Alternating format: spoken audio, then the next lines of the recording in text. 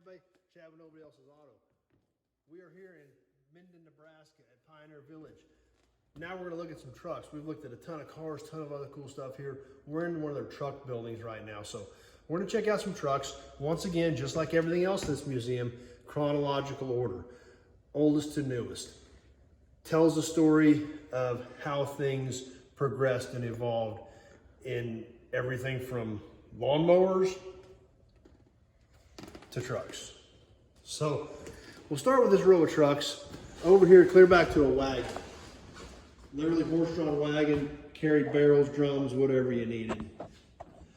And we start working our way down into trucks, starting with the 1907 International. Now, there's so much stuff in here, we're gonna have to catch both sides of these because we're gonna have to see the back sides of these trucks to really comprehend the whole thing. So it's gonna be a little bit tricky to kind of stick with us and make sure we kind of keep some of this in order. So we'll probably catch part of these and then we'll go around to the back. So starting with this 1907 International, I don't even know what this thing is. This is a 1908 Randolph Power Wagon. According to the sign and the notes they've got on here, this is the truck that became GMC. So really, really crude, but once again, just like everything else here, it tells the story. Working our way up to another International. This is a 1913. Slowly but surely, they were starting to look like a truck. Really interesting feature of this thing, look at the radiator. It's right back here behind the hood and the sides were open. So instead of it being out in the front, they had it right there and that's where it's got its air. Although to me, it seems like that would be very limited airflow, but that may have been all it needed for that time. Next to that International, we've got a big beast here, a big old Mack. This is an early chain drive C-cab Mack. Let's see what year they've got this as, 1913. Made for a 1 ton up to 7.5 ton trucks back in the day. So early teens, big monstrous Mack truck. Next to the Mack, we've got a Nash, an 18 Nash. And there again, some of these names we aren't even familiar with. A Republic truck, a Samson truck. So some really different, really odd things. Look at this Samson, how the really stubby. And in fact, the way this looks, I believe this was a cab over. You know, we've got the cab right here, radiator right there in front, so that's got to be the engine right there in the middle. So this was literally a C cab, probably one of the first COEs. Didn't actually realize that until we just saw it, but the way it's configured, it's got to be. So kind of a different piece. And what year is this truck? A 1920 Samson.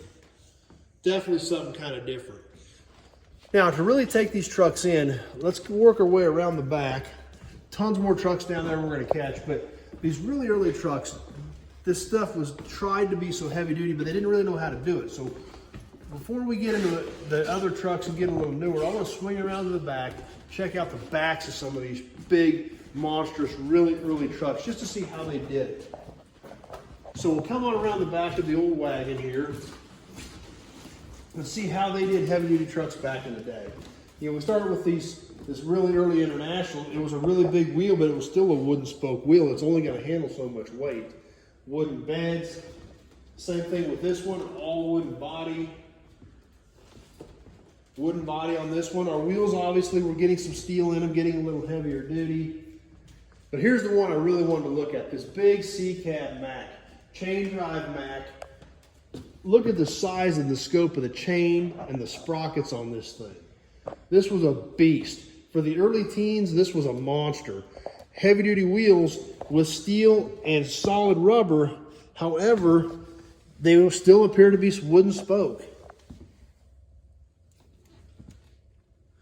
So definitely kind of different. I mean, you look at the spring packs on these things.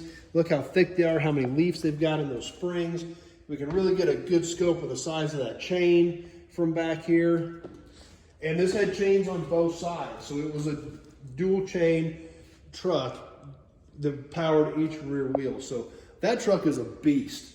And you think about it, what we do today, what we can do with vehicles today, and you look at what they were doing back in the teens and what they had to do it to handle that weight. It's really pretty amazing. So kind of some different stuff. And there again, we're getting back here to the Nash. Some of these other trucks, these were all wooden bodies, wooden spokes, solid rubber tires. Basically just did what they had to do back in the day to get by and make this stuff work. Wasn't necessarily the prettiest, definitely wasn't the easiest riding, but they did what they had to do. They had to haul these big loads, and this was the technology of the day of 100 years ago. This is what they were using because that's what they had. That's all they knew. That's where things had developed to, and that's what they went with. So we're gonna jump off of here. We'll catch some more trucks here in a little bit. Tons more cool stuff to see here. And as always, thanks for watching. Super appreciate you guys taking a few minutes out of your day to hang out with me. If you're on Facebook, please like the page, share it with your friends, have them come over and join us and hang out with us. If you're on YouTube, please subscribe to my channel, check out my other videos. Lots more cool stuff from here at Pioneer Village of Minden, Nebraska. Lots more cool gearhead stuff on there. So thanks a lot for being here. I super appreciate you guys taking a few minutes out of your evening to hang out with me. Love talking about old cars. Love to see this stuff. Super excited about it. And hope you can make it. This place is a must-see if you're a gearhead. You've got to stop in Minden, Nebraska and check out Pioneer Village. So that's what we've got for tonight. Thanks for watching, everybody. Appreciate it. We'll see you on the next episode.